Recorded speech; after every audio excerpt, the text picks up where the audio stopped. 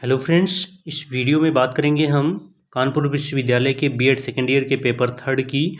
और paper third की unit जो है, यूनिट नंबर है 4। और इस यूनिट में हम कवर करेंगे जितने भी इम्पोर्टेंट क्वेश्चंस हैं एग्ज़ाम प्लानर के, वो ऑब्जेक्टिव टाइप क्वेश्चंस हैं, बहुत इंपॉर्टेंट हैं, वो हम कवर करेंगे।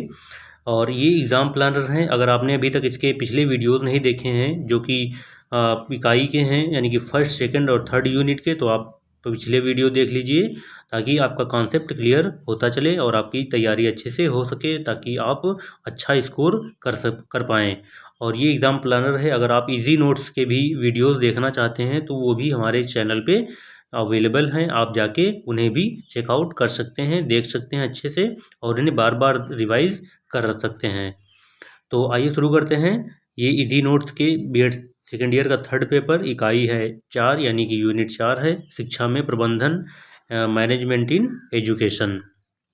दोस्तों, थ्योरी दी है, कॉन्सेप्ट दिया है, तो आप पहले इसको अच्छे से पढ़ लेना कि शैक्षिक प्रबंधन का अर्थ क्या होता है। यानी शिक्षा प्रबंधन मतलब शैक्षिक प्रबंधन, तो इसका अर्थ क्या होता है, और यानी परिचय दिया है। आप इसकी थ्योरी पढ़ लेंगे, क्योंकि हम थ्योरी नहीं पढ़ेंगे, आपका समय नहीं मैं बर्बाद करना चाहता।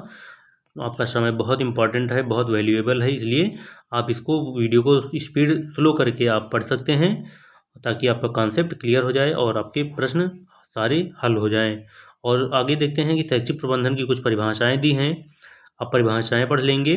और उसके बाद इनके प्रकार दिए हैं शैक्षिक प्रबंधन के, जिनमें है मानव संसाधन, और इसके बाद है भौतिक और सामग्री संसाधन, विचारात्मक संसाधन, ये क्या है उसके प्रकार हैं। तो आप जो है इसको अच्छे से पढ़ लेना।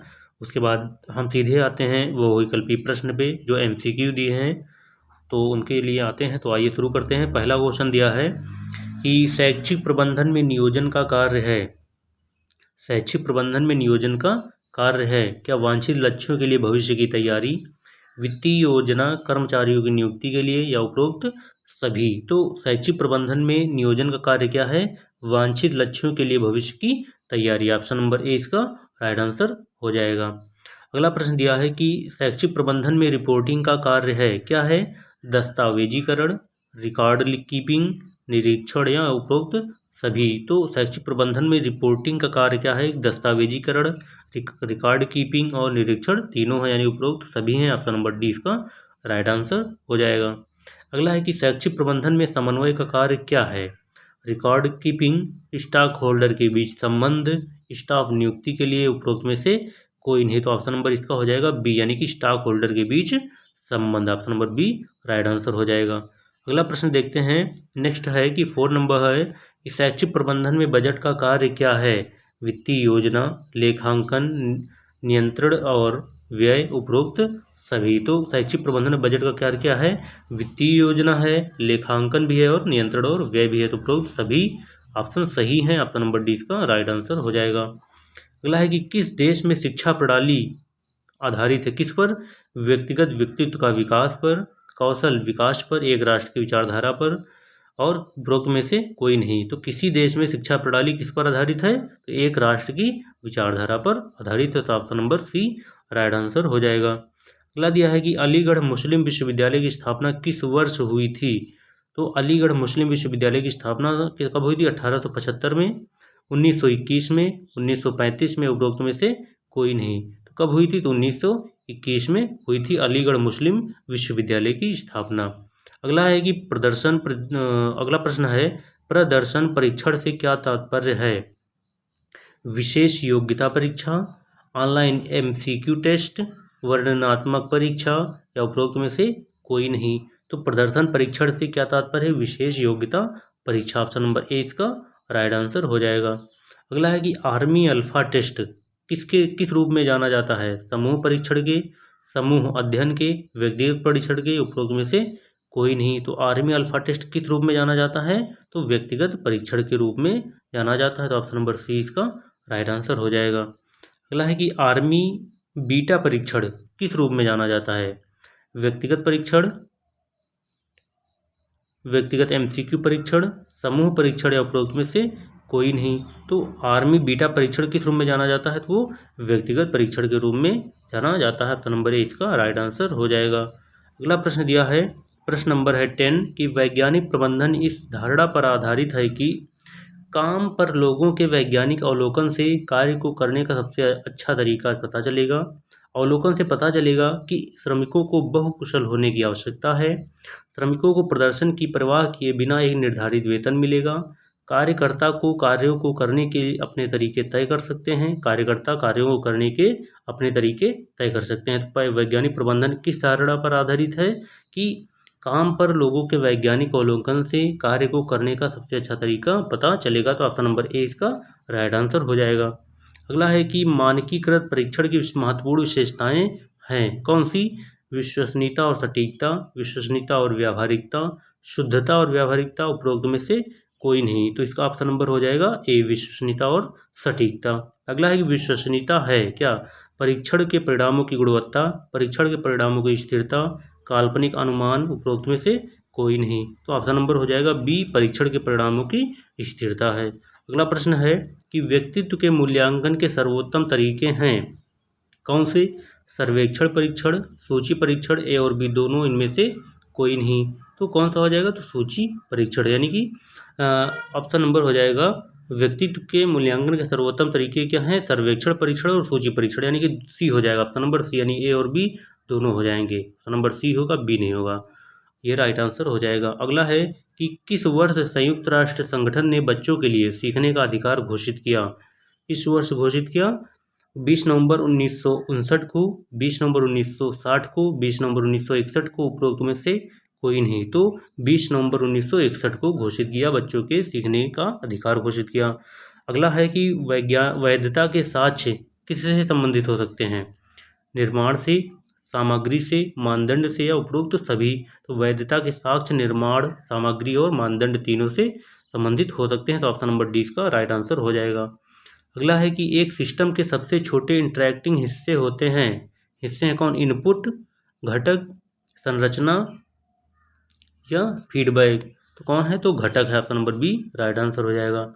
60 वर्ष की आयु में सेवानिवृत्त होने वाले सिविल सेवक को कौन सी पेंशन दी जाती है? सेवानिवृत्त पेंशन, अमान्य, सेवानिवृत्त या मुआवजा। तो कौन सी? सेवानिवर्तन पेंशन दी जाती है। अगला प्रश्न है कि स्कूल के दिन प्रतिदिन होने वाले सभी वित्तीय लेन देन को दर्ज किया जाता है कैश बुक में, स्टॉक रजिस्टर में, सर्विस बुक में, या लॉग बुक में। तो किसमें? तो ऑप्शन नंबर ए, कैश बुक इसका राइट आंसर हो जाएगा। अगला प्रश्न है कि कुछ उद्देश्यों की प्राप्ति के लिए दूसरों को निर्देशित करने की प्रक्रिया है संचार, प्रबंध, नेतृत्व, या कोई नहीं। तो क्या है वो? तो ऑप्शन नंबर हो जाएगा बी, प्रबंध, इसका राइट आंसर हो जाएगा। अगला है कि 20 नंबर की सूक्ष्म नियोजन किया जाता है किसमें किया जाता है? शीर्ष प्रबंधन में, मध्य प्रबंधन में, मध्य और निम्न प्रबंधन में, या निचला प्रबंधन में। तो इसका ऑप्शन नंबर हो जाएगा मध्य और निम्न प्रबंधन, सी नंबर राइट आंसर हो जाएगा।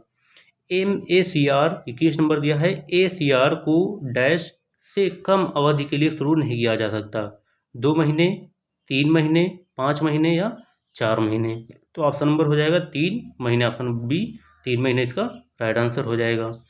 अगला है कि समूह में व्यक्ति को निर्देशन और समन्वय का दर्जा कार्य दिया गया है, नेता को, पर्यवेक्षक, प्रशिक्षक, या गाइड। तो इसमें कौन सा हो जाएगा? पर्यवेक्षक, option number B right answer हो जाएगा। अगला दिया है कि 2 या 2 से अधिक विकल्पों के बीच किए गए पसंद को कहा जाता है धारणा, निर्णय, रिपोर्टिंग, या कोई नहीं।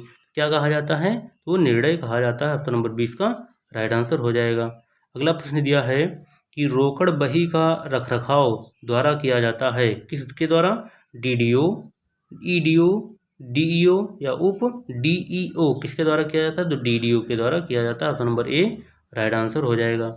अगला है कि अधिनायकवादी मॉडल किसके लिए अधिक उपयुक्त है? आत्मविश्वास, सुधार, उपलब्धि, या अनुशासन। तो ऑप्शन नंबर डी अनुशासन के लिए आवश्यक है, option number D right answer हो जाएगा।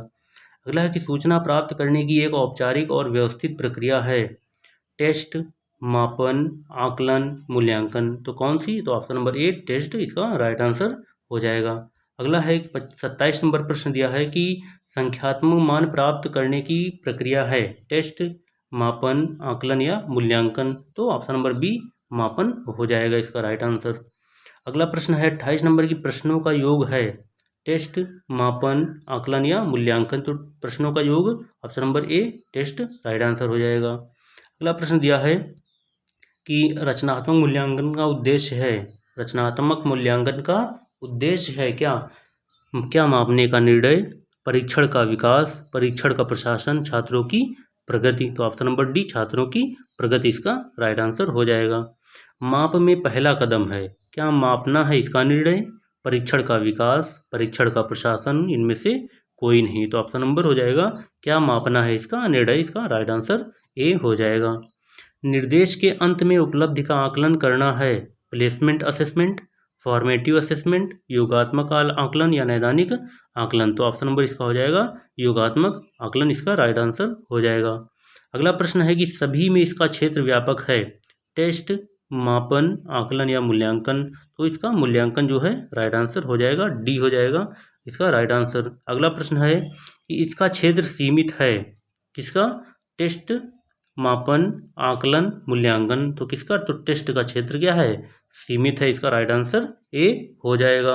अगला प्रश्न है 34 नंबर दिया है, सीखने में स्थायी कठिनाइयों की जांच की जाती है, प्लेसमेंट असेसमेंट, फॉर्मेटिव असेसमेंट, योगात्मक आकलन, नैदानिक आकलन। तो ऑप्शन नंबर इसका हो जाएगा डी नैदानिक आकलन राइट आंसर हो जाएगा। अगला है पोस्ट कॉर्ब, पोस्ट कॉर्ब में सीओ का अर्थ है सहयोग, संग्रह, समन्वय या सहसंबंध। तो क्या है? तो कोऑर्डिनेशन, सही समन्वय इसका राइट आंसर हो जाएगा। अगला है कार्यक्रम के सभी तत्वों में समरसता लाना है, क्या? योजना, आयोजन, कमांडिंग या समन्वय। तो क्या है? ऑप्शन नंबर इसका हो जाएगा डी समन्वय हो जाएगा। अगला प्रश्न दिया है कि स्कूल के बजट में शामिल है, क्या? विकास व्यय, गैर विकास व्यय, ये दोनों। तो कौन हो ये दोनों? कौन से?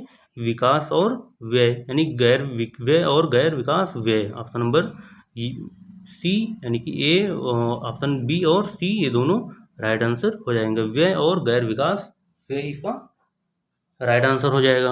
अगला है कि बीएम का अर्थ है, बीएम का अर्थ क्या है? बजट धन, बजट निगरानी, बजट सामग्री या बजट नियमावली। तो बीएम का अर्थ होता है बजट नियमावली। Option number D right answer हो जाएगा। अगला है कि ऑपरेशनल मैनेजमेंट थ्योरी का जनक किसे कहा जाता है? फ्रेडरिक टालर को, हेनरी फेयोल को, टेरी और फ्रैंकलिन को, एल्टन मेयो को। तो एल्टन मेयो को ऑपरेशनल मैनेजमेंट थ्योरी का जनक कहा जाता है। 40 नंबर प्रश्न दिया है, प्रबंधन विचार के मुख्य विद्यालय हैं, व्यापक, मानव संसाधन, निरंतर, प्रणाली, वैज्ञानिक, तकनीकी, सामाजिक, मानवीय संबंध, शास्त्रीय, मानव संबंध, प्रणाली, आकस्मिकता, शास्त्रीय, मानव संबंध, मानव संसाधन और प्रणाली, आकस्मिकता। तो ऑप्शन नंबर हो जाएगा शास्त्रीय, मानवीय संबंध, प्रणाली और आकस्मिकता इसका राइट आंसर हो जाएगा। प्रबंधन विचार के मुख्य विद्यालय हैं। अगला प्रश्न दिया है 41 नंबर है कि नौकरशाही सिद्धांत की वकालत किसने की? कैंपबेल ने, हर्जबर्ग ने, हेनरी फेयोल ने, मैक्स वेबर ने। तो नौकरशाही सिद्धांत की वकालत मैक्स वेबर ने की। Option number D max weber right answer हो जाएगा। एक संगठन में प्रत्यायोजित शक्ति है, नियंत्रण, अधीन, विकेंद्रीकरण, केंद्रीकरण। तो ऑप्शन नंबर इसका हो जाएगा विकेंद्रीकरण, डिसेंट्रलाइजेशन। अगला है कि प्रबंधन के आधुनिक सिद्धांत के जनक हैं Taylor, Henri Fayol, Max Weber, Gulick. तो प्रबंधन के आधुनिक सिद्धांत के जनक हेनरी फेयोल। ऑप्शन नंबर 20 का राइट आंसर हो जाएगा। अगला है कि किसी उद्देश्य की सिद्धि के लिए दूसरों को निर्देशित करने की प्रक्रिया है, संचार, प्रबंध, नेतृत्व, इनमें से कोई नहीं। तो कौन सी प्रक्रिया है? प्रबंध इसकी प्रक्रिया है। ऑप्शन नंबर 20 का राइट आंसर हो जाएगा। अगला दिया है कि सूक्ष्म नियोजन में किया गया है, क्या? सूक्ष्म नियोजन में किया गया है, क्या किया गया है? शीर्ष प्रबंधन, मध्य प्रबंधन, मध्य और निम्न प्रबंधन, निचला प्रबंधन। तो ऑप्शन नंबर सी मध्य और निम्न प्रबंधन किया गया है। अगला है 46 नंबर दिया है कि समूह में व्यक्ति को निर्देशन और समन्वय का दर्जा, समन्वय का कार्य दिया गया है, कौन सा? नेता, पर्यवेक्षक, प्रशिक्षक और गाइड। तो ऑप्शन नंबर इसका हो जाएगा पर्यवेक्षक। ऑप्शन नंबर बी पर्यवेक्षक राइट आंसर हो जाएगा। अधिनायकवादी मॉडल किसके लिए अधिक उपयुक्त है? आत्मविश्वास, सुधार, उपलब्धि या अनुशासन।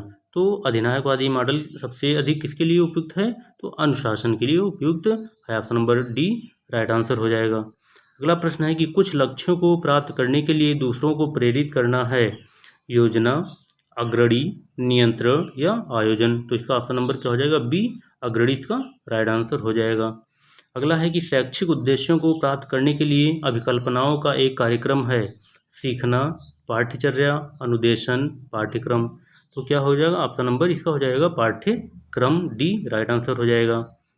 अगला है, प्रश्न दिया है कि नेतृत्व के गुण रखने वाले व्यक्ति हैं। नेतृत्व के गुण रखने वाले व्यक्ति हैं नेता, प्रबंधक, प्रशासक, अधिकारी। तो नेतृत्व के गुण रखने वाले व्यक्ति कौन से हैं? नेता है। ऑप्शन नंबर ए इसका नेता राइट आंसर हो जाएगा। अगला प्रश्न दिया है, एक अच्छे योजनाकार के लक्षण हैं। आशावादी, प्रेरक, निर्माता, उक्त सभी। तो आशावादी, प्रेरक और निर्माता, ये तीनों क्या है? एक अच्छे योजनाकार के लक्षण हैं। तो ऑप्शन नंबर डी उपरोक्त सभी राइट आंसर हो जाएगा। अगला है कि स्कूल प्रशासन के स्तर का सबसे अच्छा अंदाजा लगाया जा सकता है। प्रधान शिक्षक, सुंदर इमारत, सीखने के परिणाम या शिक्षक छात्र संबंध। तो स्कूल प्रशासन के स्तर का सबसे अच्छा अंदाजा लगाया जा सकता है सीखने का परिणाम यानी कि मूल्यांकन, रिजल्ट। ये अंदाजा लगाने का सबसे अच्छा तरीका है, सबसे अच्छा स्तर हो जाएगा। अगला है कि शिक्षक के विकास का समन्वय, आत्मसंतुष्ट और निर्देशन का उद्देश्य है। प्रशासन, निरीक्षण, पर्यवेक्षण, प्रबंधन। तो ऑप्शन नंबर इसका हो जाएगा निरीक्षण, option number B right answer हो जाएगा। अगला है कि निरीक्षण की अवधारणा सबसे पहले पेश की गई भारत में, पाकिस्तान में, इंग्लैंड में और चीन में। तो सबसे पहले निरीक्षण की अवधारणा इंग्लैंड में पेश की गई, ऑप्शन नंबर सी इसका राइट आंसर हो जाएगा। अगला है कि 55 नंबर प्रश्न दिया गया है कि परिचालन प्रबंधन सिद्धांत के जनक हैं। कौन हैं? टेरी और Franklin, Henri Fayol, Frederick Taylor, Elton Mayo. तो कौन है? हेनरी फेयोल है, ऑप्शन नंबर बी का राइट आंसर हो जाएगा। अगला दिया कि सभी सरकारी अनुदान और व्यय बनाए रखा जाता है। सभी सरकारी अनुदान और व्यय में बनाए रखा जाता है क्या? Stock register, cash register, acquittance roll, आकस्मिक रजिस्टर। तो cash register, option number B right answer हो जाएगा। अगला दिया है कि जीपीएफ अग्रिम के मामले में वापसी के लिए किस्तों की संख्या है 12, 24, 36 या 44। तो कितनी है? तो ऑप्शन नंबर बी 24 इसका राइट आंसर हो जाएगा। अगला है कि विकल्पों का विकास करना किसका चरण है? योजना का। विकल्पों का विकास करना किसका चरण है? योजना, संगठन, दिशा या नियंत्रण। तो ऑप्शन नंबर इसका ए योजना इसका राइट आंसर हो जाएगा। अगला प्रश्न है कि एक निश्चित अवधि में धन कैसे प्राप्त और खर्च किया जाएगा? ऑप्शंस दिए हैं रसीद, बजट, आवंटन और व्यय। तो किसमें ये सब लिखा जाता है? कैसे प्राप्त और खर्च किया जाए आय व्यय? तो वो बजट में सब लिखा जाता है, ऑप्शन नंबर 20 का बजट राइट आंसर हो जाएगा। अगला है कि पर्यवेक्षण के प्रकार उत्साहजनक, विविधता, मौलिकता और स्वतंत्र प्रयोग है। क्या? रचनात्मक, सुधारात्मक, निवारक और निर्माण। तो ऑप्शन नंबर इसका हो जाएगा रचनात्मक, ऑप्शन नंबर ए इसका राइट आंसर हो जाएगा। अगला प्रश्न है कि नौकरशाही सिद्धांत की वकालत किसने की? हेनरी फेयोल ने, कैंपबेल ने, मैक्स वेबर ने, हर्जबर्ग ने। तो नौकरशाही सिद्धांत की वकालत किसने की? मैक्स वेबर ने की, option number C Max Weber इसका राइट आंसर हो जाएगा। अगला प्रश्न दिया है कि निर्देशन के अनुरूप होना चाहिए प्रक्रियाएं, नौकरी का विवरण, संगठनात्मक नीतियां, उपरोक्त सभी। तो ऑप्शन नंबर डी उपरोक्त सभी, जिसमें प्रक्रियाएं, नौकरी का विवरण और संगठनात्मक नीतियां शामिल हैं, option number D right answer हो जाएगा। नई भर्ती के मामले में परीक्षा अवधि है 1 साल, 2 साल, 3 साल या 4 साल। तो ऑप्शन नंबर इसका हो जाएगा सी 3 साल राइट आंसर हो जाएगा। एक संगठन में प्रत्यायोजित शक्ति है नियंत्रण, कमांड, केंद्रीकरण, विकेंद्रीकरण। तो कौन सा हो जाएगा? डिसेंट्रलाइजेशन, विकेंद्रीकरण, D option number right answer हो जाएगा।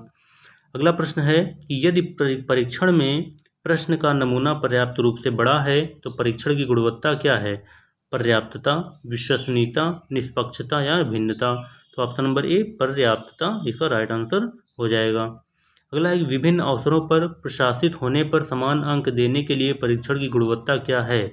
वैधता, निष्पक्षता, विश्वसनीयता या भिन्नता। तो ऑप्शन नंबर इसका हो जाएगा सी, विश्वसनीयता। इसका राइट आंसर सी हो जाएगा।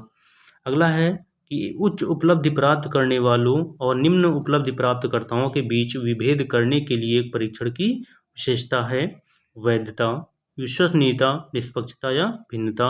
4 ऑप्शंस में हो जाएगा भिन्नता इसका राइट आंसर हो जाएगा।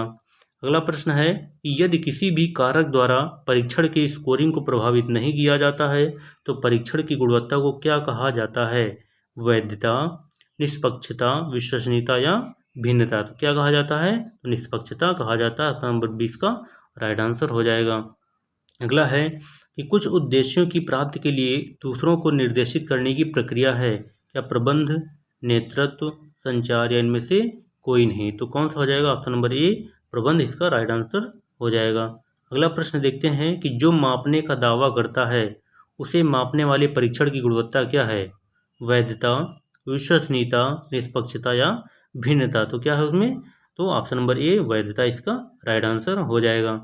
अगला प्रश्न देखते हैं कि प्रश्न है 71 नंबर है कि ACR को किससे कम की अवधि किस कम से अवधि के लिए आरंभ नहीं किया जा सकता? कितनी कम अवधि के लिए? 1 महीने, 2 महीने, 3 महीने या 4 महीने। तो ऑप्शन नंबर इसका 3 सी, ऑप्शन 3 महीने राइट आंसर हो जाएगा। अगला प्रश्न जो है 72 है कि समूह में व्यक्ति को निर्देशन और समन्वय का कार्य दिया गया है गाइड, नेता, प्रशिक्षक और पर्यवेक्षक। ऑप्शन नंबर डी, पर्यवेक्षक इसका राइट आंसर हो जाएगा। अगला प्रश्न दिया है कि बुद्धि समान शारीरिक और मानसिक आयु वाले छात्र की संख्या कितनी होगी? 140, 120, 100 या पर्यवेक्षण। यानी कि समान बुद्धि, समान शारीरिक और मानसिक बुद्धि वाले छात्रों की संख्या कितनी होगी?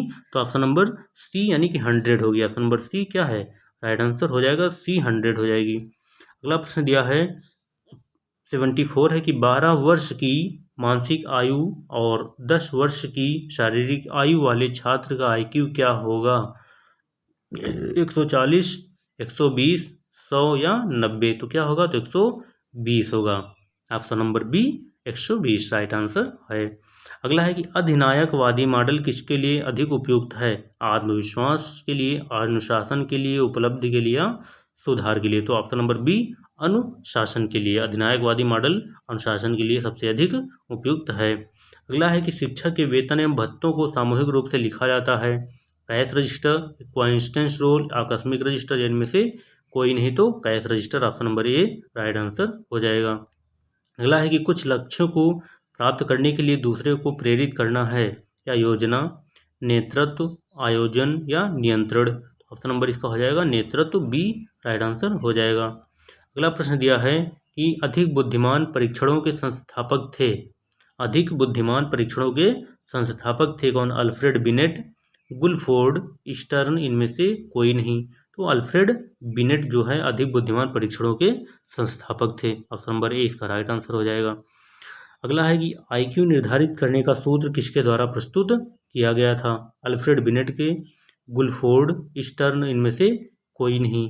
तो IQ निर्धारित करने का सूत्र किसके द्वारा प्रस्तुत किया गया था? Option number C, Stern. Option number C, Stern right answer हो जाएगा। प्रश्नों का योग है टेस्ट, मूल्यांकन, आकलन, मापन। तो क्या है? आकलन, टेस्ट है। ऑप्शन नंबर ए, टेस्ट इसका राइट आंसर हो जाएगा। अगला है कि माप में पहला कदम है। ऑप्शन दिए हैं क्या मापने का? निर्णय, परीक्षण का विकास, परीक्षण का प्रशासन, इनमें से कोई नहीं। तो ऑप्शन नंबर ए, परीक्षण क्या मापने का? निर्णय माप में पहला कदम है। अगला प्रश्न दिया है कि रचनात्मक मूल्यांकन का उद्देश्य है छात्रों की प्रगति की निगरानी, क्या मापना है इसका? निर्णय, परीक्षण का विकास या परीक्षण का प्रशासन। तो छात्रों की प्रगति की निगरानी ऑप्शन नंबर ए राइट आंसर हो जाएगा। अगला है कि निर्देश के अंत में उपलब्धि का आकलन करना है किसका? रचनात्मक आकलन का, योगात्मक आकलन, नैदानिक आकलन या प्लेसमेंट आकलन। तो योगात्मक आकलन इसका राइट आंसर हो जाएगा, बी राइट हो जाएगा। अगला है कि सीखने में स्थायी कठिनाइयों की जांच की जाती है। Diagnostic assessment, formative assessment, placement आकलन, योगात्मक आकलन। तो ऑप्शन नंबर इसका हो जाएगा ए, डायग्नोस्टिक असेसमेंट इसका राइट आंसर हो जाएगा। अगला प्रश्न दिया है कि अर्थ में व्यापक है उद्देश्य, उद्देश्य, विशिष्ट उद्देश्य, निर्देशात्मक उद्देश्य। तो अर्थ में व्यापक क्या है? तो उद्देश्य है। ऑप्शन नंबर ए इसका राइट आंसर हो जाएगा। अगला है कि व्यक्ति की क्षमताओं को निर्धारित करने के लिए प्रयुक्त प्रक्रिया है सामान्य प्रदर्शन परीक्षण, अधिकतम प्रदर्शन परीक्षण, मानदंड प्रदर्शन, विशिष्ट प्रदर्शन परीक्षण। तो कौन सी है? तो अधिकतम प्रदर्शन परीक्षण, option number B right answer हो जाएगा। अगला प्रश्न दिया है कि मानक संदर्भित परीक्षण में तुलना किसके बीच होती है? क्षेत्र के, समूह के, ब्याज के या व्यक्ति के? तो किसके बीच होती है? तो व्यक्ति के बीच होती है, ऑप्शन नंबर डी इसका राइट आंसर हो जाएगा। अगला प्रश्न दिया है कि कक्षा शिक्षक के बीच बहुत लोकप्रिय परीक्षण है। कक्षा शिक्षक के बीच बहुत लोकप्रिय परीक्षण है मिलान, सही गलत परीक्षण, एकाधिक विकल्प, पूर्णता परीक्षण। तो ऑप्शन नंबर सी एकाधिक विकल्प इसका राइट आंसर हो जाएगा। अगला प्रश्न दिया है कि योगात्मक मूल्यांकन के अक्सर उपयोग किए जाने वाले उपकरण हैं। कितने? टेस्ट, दैनिक असाइनमेंट, शिक्षक अवलोकन, इनमें से कोई नहीं। तो ऑप्शन नंबर इसका हो जाएगा टेस्ट, ये राइट आंसर हो जाएगा। अगला प्रश्न दिया है कि योगात्मक मूल्यांकन है सतत, नैदानिक, प्रमाणित निर्णय या इनमें से कोई नहीं। तो कौन सा होगा? तो ऑप्शन नंबर सी प्रमाणित निर्णय इसका राइट आंसर हो जाएगा। अगला प्रश्न दिया है कि अधिकतम और न्यूनतम मूल्यों के बीच का अंतर है कौन सा? श्रेणी, बहुलक, माध्य, इनमें से कोई नहीं। तो ऑप्शन नंबर इसका हो जाएगा ए श्रेणी इसका राइट आंसर हो जाएगा। अगला प्रश्न है एक वर्ग अंतराल में पड़े अंकों की संख्या है आवृत्तियों, चतुर्थांक, मध्य बिंदु या वर्ग। तो ऑप्शन नंबर ए आवृत्तियों इसका राइट आंसर हो जाएगा। अगला प्रश्न है 93 है कि एक मानक संदर्भित परीक्षण में कौन सी वस्तु सर्वोत्तम है? ए वस्तु कठिनाई 50 के करीब है, वस्तु कठिनाई 75 के करीब है, वस्तु कठिनाई 100 के करीब है, वस्तु कठिनाई 0 के करीब है। तो एक मानक संदर्भित परीक्षण में कौन सी वस्तु सर्वोत्तम है? कि एक वस्तु जो है कठिनाई 50 के करीब है, इसका राइट आंसर हो जाएगा। अगला प्रश्न है कि किस प्रश्न में अंकन की वस्तुनिष्ठता बढ़ रही है? एकाधिक प्रकार के प्रश्न, असंरचित प्रकार के प्रश्न निबंध, संरचित निबंध या संक्षिप्त उत्तर। तो किस प्रकार के अंकन की वस्तुनिष्ठता बढ़ रही है? तो एकाधिक प्रकार के प्रश्न, ऑप्शन नंबर ए इसका राइट आंसर हो जाएगा। अगला है कि संयुक्त राज्य अमेरिका में मानकीकृत परीक्षण पर सबसे व्यापक रूप से इस्तेमाल किया जाने वाला प्रारूप है कौन सा? संक्षिप्त उत्तर, संरचित निबंध, असंरचित निबंध, कई प्रकार के प्रश्न। तो ऑप्शन नंबर डी कई प्रकार के प्रश्न इसका राइट आंसर हो जाएगा। अगला प्रश्न दिया है 96 नंबर है कि विश्वसनीयता के साथ किन प्रश्नों को चिन्हित करना कठिन है? संक्षिप्त उत्तर को, असंरचित निबंध, संरचित निबंध, असंरचित या एकाधिक प्रकार के प्रश्न। तो विश्वसनीयता के साथ किन प्रश्नों को चिन्हित करना कठिन है? तो असंरचित निबंध को चिन्हित करना कठिन है। अगला है कि निबंध की किस प्रकार की सामग्री सीमित है? MCQ आइटम, मिलान आइटम, प्रतिबंधित प्रतिक्रिया प्रश्न या विस्तारित प्रतिक्रिया प्रश्न। तो ऑप्शन नंबर डी विस्तारित प्रतिक्रिया प्रश्न इसका राइट आंसर हो जाएगा। अगला प्रश्न है कि मदों का विश्लेषण आवश्यक है कौन से? निबंध प्रकार परीक्षण, मानकीकृत परीक्षण, वस्तुनिष्ठ प्रकार परीक्षण या सामान्य संदर्भित परीक्षण। तो ऑप्शन नंबर 20 का राइट आंसर मानकीकृत परीक्षण हो जाएगा। दोस्तों आप जब थ्योरी पढ़ेंगे तो आपको ये प्रश्न बहुत अच्छे से समझ में आ जाएंगे, इसलिए बहुत ध्यान से जो है इनको सॉल्व करना, बहुत ध्यान से इनको बार बार रिवाइज करते रहिए ताकि आपका स्कोर बहुत अच्छा जाए। हमारी यही आशा है, हम आपसे यही उम्मीद करते हैं। अगला है 99 नंबर दिया है कि कौन सा एक उद्देश्य से परीक्षण का प्रकार नहीं है? निबंध प्रकार परीक्षण, मानकीकृत परीक्षण, वस्तुनिष्ठ प्रकार परीक्षण या सामान्य संदर्भित परीक्षण। तो ऑप्शन नंबर ए निबंध प्रकार परीक्षण इसका राइट आंसर हो जाएगा। अगला है कि विधि द्वारा परीक्षण का प्रकार है निबंध प्रकार परीक्षण, मानकीकृत परीक्षण, वस्तुनिष्ठ प्रकार परीक्षण या सामान्य संदर्भित परीक्षण। तो विधि द्वारा परीक्षण का प्रकार कौन सा है? वो हो जाएगा वस्तुनिष्ठ प्रकार परीक्षण, ऑप्शन नंबर सी इसका राइट आंसर हो जाएगा। अगला प्रश्न है कि छात्र के प्रदर्शन की तुलना अन्य छात्रों के साथ की जाती है किसमें? निबंध प्रकार परीक्षण में, मानकीकृत परीक्षण में, वस्तुनिष्ठ प्रकार परीक्षण में या सामान्य संदर्भित परीक्षण में। तो ऑप्शन नंबर डी क्या है? सामान्य संदर्भित परीक्षण जो है इसका राइट आंसर हो जाएगा। अगला है कि छात्र के प्रदर्शन की तुलना स्पष्ट रूप से परिभाषित शिक्षण कार्यों से की जाती है इस कौन से? निबंध प्रकार परीक्षण, मानकीकृत परीक्षण, मानक संदर्भित परीक्षण या मानदंड सम्मानित परीक्षण। तो ऑप्शन नंबर इसका हो जाएगा डी मानदंड सम्मानित परीक्षण इसका राइट आंसर हो जाएगा। अगला प्रश्न दिया है कि 103 विद्यार्थियों के सीखने के परिणाम को मापने वाला परीक्षण है? कौन सा? योग्यता परीक्षण, उपलब्धि परीक्षण, मानदंड सम्मानित परीक्षण, मानक संदर्भित परीक्षण। तो ऑप्शन नंबर बी उपलब्धि परीक्षण इसका राइट आंसर हो जाएगा। अगला है कि भविष्य के प्रदर्शन की भविष्यवाणी करने के लिए डिजाइन किए गए परीक्षण हैं? योग्यता परीक्षण, मानदंड श्रद्धेय परीक्षण, मानक संदर्भित परीक्षण, उपलब्धि परीक्षण। तो कौन से हैं? तो योग्यता परीक्षण है ऑप्शन नंबर ए इसका राइट आंसर हो जाएगा। अगला प्रश्न है कि वित्तीय प्रबंधन के अंतर्गत आता है कौन सा? पुस्तकालय, बच्चे, विद्यालय अनुदान, समय सारणी। तो वित्तीय प्रबंधन के अंतर्गत विद्यालय अनुदान आता है ऑप्शन नंबर ए इसका सी राइट आंसर हो जाएगा। अगला प्रश्न है कि एक शैक्षिक संस्था द्वारा अपनी आवश्यकताओं की पूर्ति के लिए भविष्य में प्राप्त होने वाले संसाधनों के आधार पर सुधार एवं विकास के दृष्टिकोण से बनाई गई योजना उस संस्था की संस्थागत योजना कहलाती है। संस्थागत योजना की यह परिभाषा दी है किसने? MP बुच ने, श्रीमती राजकुमारी शर्मा ने, प्रोफेसर SK दुबे ने, श्रीमती अनीता बरौलिया ने। तो ऑप्शन नंबर इसका हो जाएगा MP बुच ने, option number A MP Buch इसका राइट आंसर हो जाएगा।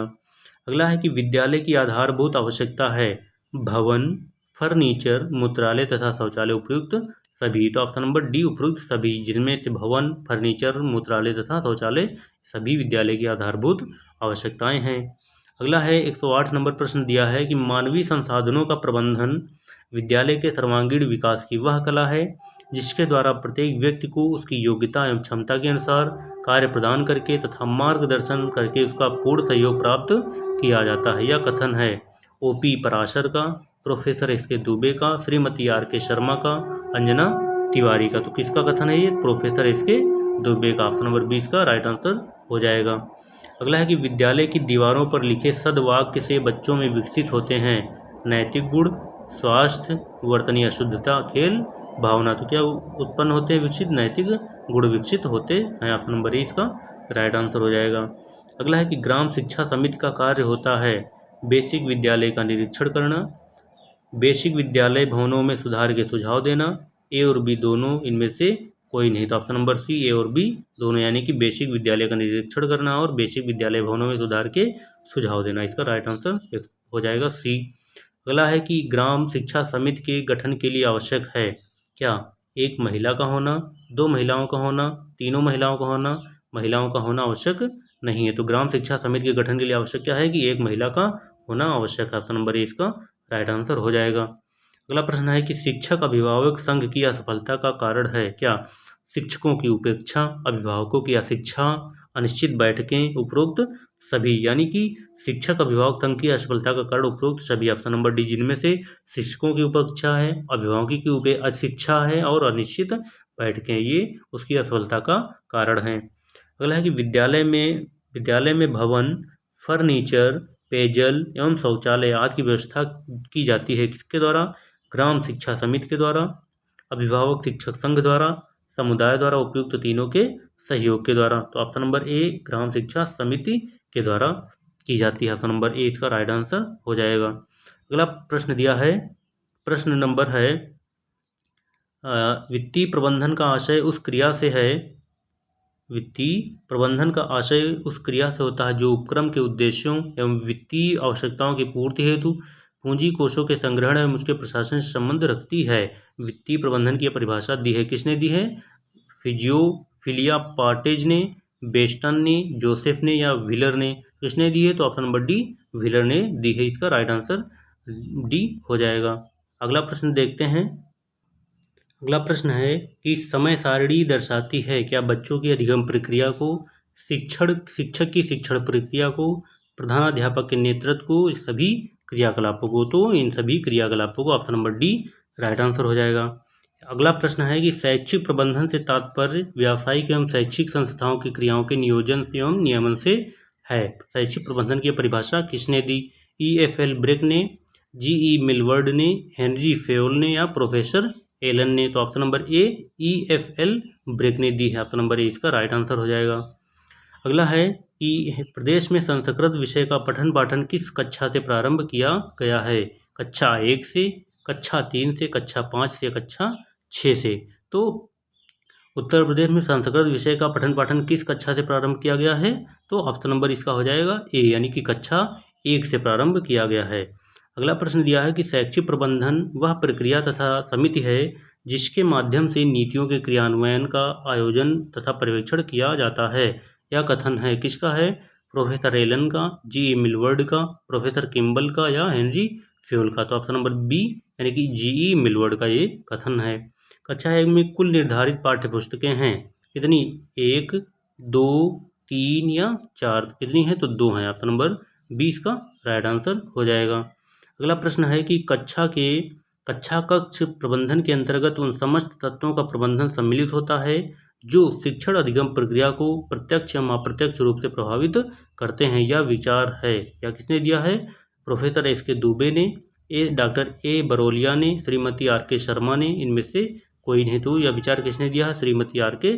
शर्मा ने। सी नंबर इसका राइट आंसर हो जाएगा। अगला प्रश्न दिया है कि प्राथमिक कक्षाओं के बच्चों को पाठ्य पुस्तकें निःशुल्क उपलब्ध कराई जाती हैं भारत सरकार द्वारा, राज्य सरकार द्वारा, जिला बेसिक शिक्षा अधिकारी द्वारा, अभिभावक द्वारा। तो किसके द्वारा? तो राज्य सरकार के द्वारा उपलब्ध कराई जाती हैं। अगला है कि कक्षा कक्ष की प्रबंधन की प्रक्रिया का प्रमुख तत्व होता है अनुशासन, पृष्ठपोषण, सहभागिता, छात्र सहभागिता, उपरोक्त सभी। तो ऑप्शन नंबर डी उपरोक्त सभी इसका राइट आंसर हो जाएगा। अगला है 113 नंबर है कि लो कास्ट नो कास्ट वाली शिक्षण अधिगम सामग्री का निर्माण किया जा सकता है। इसमें बाजार से वस्तु विक्रय करके, शासन द्वारा प्राप्त सामग्री से, स्थानीय परिवेश में उपलब्ध वस्तुओं से, प्रधानाचार्य द्वारा प्राप्त कराई गई सामग्री से। तो ऑप्शन नंबर इसका सी यानी स्थानीय परिवेश में उपलब्ध वस्तुओं से इसका राइट आंसर सी हो जाएगा। अगला प्रश्न दिया है 114 नंबर दिया है कि समय सारणी के निर्माण में प्रमुख रूप से उपस्थित होने वाली कठिनाई है अध्यापकों का अभाव, कक्षाओं का अभाव, भौतिक संसाधनों का अभाव, उपरोक्त सभी। तो ऑप्शन नंबर डी उपरोक्त सभी क्या है? समय सारणी के निर्माण में प्रमुख रूप से उपस्थित होने वाली कठिनाइयाँ उपरोक्त सभी हैं, जिनमें से अध्यापकों का अभाव है, कक्षाओं का अभाव है, भौतिक संसाधनों का अभाव है। तो दोस्तों ये एग्ज़ाम प्लानर के जो है हमारे जितने भी यूनिट 3 के जितने भी इम्पॉर्टेंट क्वेश्चंस थे वो हमने कवर कर लिए हैं। और ये थर्ड पेपर की यूनिट 3 थी। ये सारे आपको बहुत इंपॉर्टेंट क्वेश्चंस हैं आपके लिए। तो आप इस वीडियो को बार बार रिवाइज करते रहिए ताकि आपका स्कोर जो है अच्छा जाए। और हमें कमेंट करके बताइए कि अगर आप चाहते हैं कि जो आपका एग्ज़ाम पैटर्न है क्वेश्चन पेपर का, तो हम आपके लिए प्रैक्टिस सेट जो भी हैं लाने वाले हैं। तो अगर आप चाहते हैं कि हम प्रैक्टिस सेट लेकर आएँ तो आप कमेंट करके हमें अवश्य बताइए।